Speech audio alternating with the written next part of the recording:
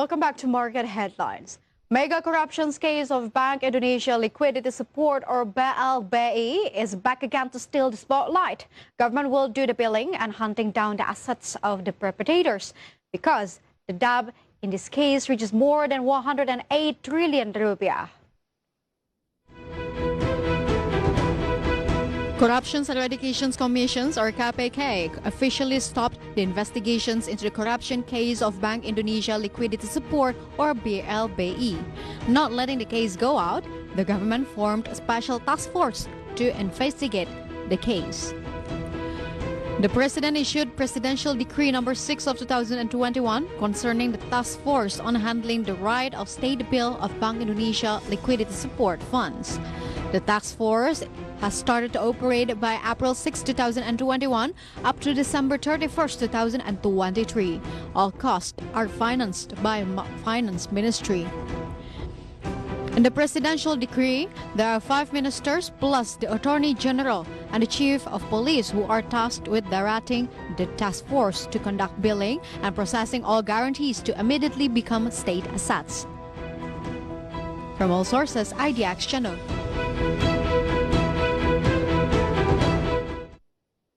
Back in 1998 Asian financial crisis, the government through the central bank provided liquidity support of 144.5 trillion rupiah to assist 48 commercial banks in coping with massive run during the monetary crisis. But sadly, 95% of the money was eventually corrupted. And currently, government formed a special task force to investigate more about the case. And before we talk further, let's see on how this corruptions case damaged the country. Let's see the first graphic. Here it is, the mega corruptions Bank Indonesia Liquidity Support, or we can call it as BLBI. The task force say that the total state losses resulting from the case were more than 108 trillion rupiah in terms of receivable assets. This was discovered after a meeting with the Director General of State Assets and the Junior Attorney General for Civil and State Administrations. And there is a business tycoon, Shamsul Nur Salim, as a suspect. And according to KPK, Shamsul still own around 4.58 trillion in total to the government. And however, the Corruption Eradications Commissions, or KPK, announced on Thursday it has dropped the protracted bailed out the graft case. And it's for the first time for the KPK to terminate a corruption case in the Commission's history. Not letting the case go out, the government formed a special task force for investigating the case. Whereas the Coordinating Minister for Political and Legal and Security Affairs, Mahfud MD, will visit the Corruption Eradications Commissions on Tuesday to ask for complementary data regarding the case. And BLBI corruptions is one of the mega corruption scandals in Indonesia. So let's see what else in the graphic. Here it is. Through the graphic, we can see the Asabri case.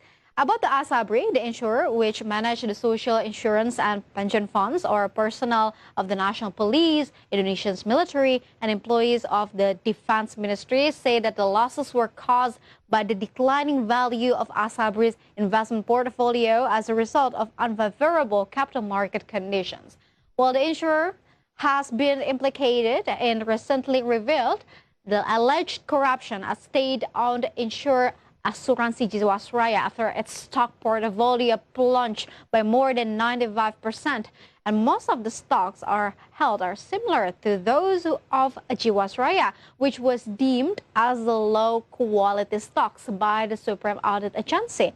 And moving on to the EKTP case, it involved the chairman of the Golkar Party, Setia Novanto, which is suspected of having profited himself. Another person or corporations misuse his authority and the positions and jointly cause a loss to the state with an amount of 2.3 trillion rupiah out of the project value of 5.9 trillion rupiah. With this all corruption stinging happens, many Indonesians worry about the conditions, and some may wonder, where is Indonesia's positions in terms of corruption issue? Is it still normal or it starts to be dangerous? And to answer that, Transparency International Indonesia released Indonesia Corruption Perception Index. So let's see our rank in the next graphic. Through the next graphic, we can see that in 2020, we are in the 37th rank, while in 2019, we are at the 40th. And yes, when we take a look at 2020, which is last year, Indonesia's current corruption perception index score stands as 37 on the scale of 0 to 100. Let me tell you, the score of a 0 is a very corrupted, and the score of 100 is very clean. So as Indonesia stands at 37, well, we can say that we need to be precautious. Index went down 3 positions from 2019, and the decline has also caused Indonesia's positions to drop 102nd out of 180 countries assessed for its index. And previously, Indonesia was in a position of 85th. But the next question is, where's Indonesia's position in terms of corruption case? So let's see it through the next graphic. Here it is. We can see Southeast Asia countries. When we talk about the Corruption Perceptions Index, the highest, which is the cleanest country, goes to Singapore by the index of 85, and then Brunei Darussalam by 60, and then Malaysia by 51. Even Timor-Leste is away from Indonesia in the 40 index, while Indonesia is in a 37. And this position means that Indonesia's business environment suffers from widespread of corruptions. And compared with its citizens in other Southeast Asia's countries, Indonesians are more likely to say that corruption is prevalent in both the government and business sectors. And even worse, a majority of Indonesians noticed that corruption had become more rampant in the country. And according to a recent survey by Saiful Mujani Research and Consulting, the survey polled around 1,202 respondents, and 55% of them believed that there were more corruption cases in 2020 than in the previous year.